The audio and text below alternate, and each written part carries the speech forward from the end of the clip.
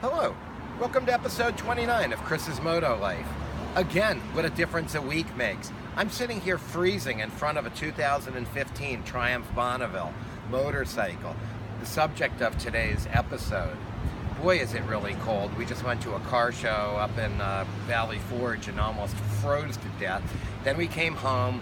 My cameraman took me up to pick up this motorcycle from up the street, and I had to ride it back. It's just a very, very cold day. Okay, now that I've bored you with weather talk, why don't we start on the motorcycle? As we said, 2015 Triumph Bonneville. What a cool bike. I just like it because it's so practical. It's easy to ride. Now, doing my research on these, it said that it should have 67 horsepower, and that I always thought that these were made in Hinckley, in England, at the Triumph factory.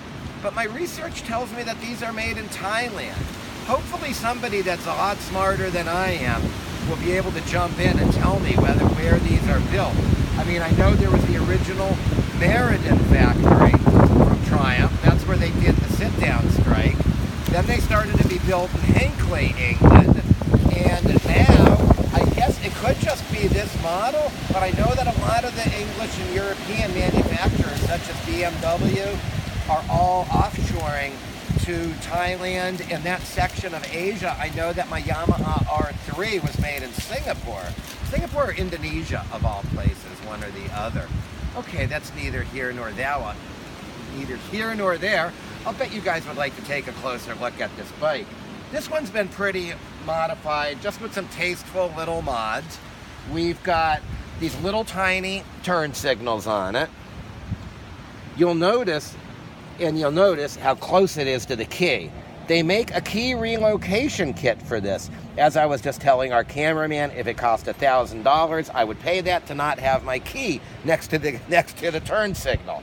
Single disc brake up front, and this bike weighs like 400 and change, so you would think they would have two up front, but they only have one, but it pretty much hauls the bike down from speed. You're only talking 67 horsepower. Here's something even more interesting. This looks like a carburetor right here. Believe it or not, this is a fuel-injected engine. Check out, it even says T100 on the side. And if you told me to look at this, and did I think it was carbureted or did I think that it was fuel-injected? I'd say carbureted. And you'll also notice that they have these exhausts on. On the end of this, at the end of this episode, I'll fire it off and take it up the road so that you can hear it in all its glory. My cameraman was just entertaining himself, revving the bike up, letting it off, revving it up, and having flames shoot out the exhaust pipe. I don't know if that was designed into the original model. Again, we've got aftermarket turn signals on the back. And what's interesting is I don't know if we can see this by my finger, these are braided fuel lines, which are definitely A-okay with me. A stainless brake line will give you more immediate brake feel, and it won't swell up like a rubber hose does. So it really is neat. Now you'll also notice this seat. This is a beautiful seat. It's comfortable. It's nice, and I like it in the tan. I think it really offsets. One thing that you'll notice about these Triumph Bonnevilles is that everybody that owns one loves to modify them to death. A friend of mine, Bill, has one, and his has black saddlebags on it. Everything is blacked out. The owner of this motorcycle, he just likes to have a small LED brake light on it, and you'll see that everything is very minimalist on this motorcycle. I mean, when you really think about it, I could see Fonzie from Happy Days riding this motorcycle, going to see Mrs. C.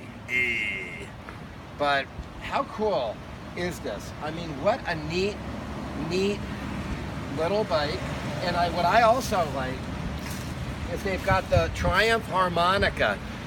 I think they used to call this the harmonica on the tank. I mean, if you looked at this, I don't know how you would know whether or not it was a 1967, a 2015.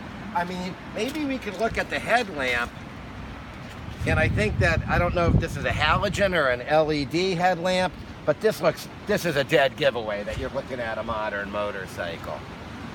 And also, a nice feature that they introduced are these adjustable levers. I love these.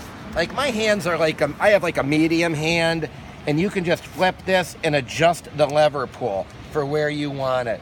It really makes for a nicer riding experience. This particular motorcycle only has, I think it's got really low miles. Let's see. Yeah, this one, I swear this one is saying 780 miles. I don't know if that could be right, but we'll take that. I mean, he barely rides it, the owner. As a matter of fact, he asked me the other day if I could just start taking out his motorcycles and riding them to keep them, just to kind of keep gas flowing through them and to keep them going. All right, we've talked enough. You've heard me babble and everything. Why don't we fire this puppy up? Now, before I fire this up, as I end every Chris's Moto Life, I'd like to wish you all the best week possible coming up. I want you to have an awesome time. I want everybody to think positive thoughts and have a really good week.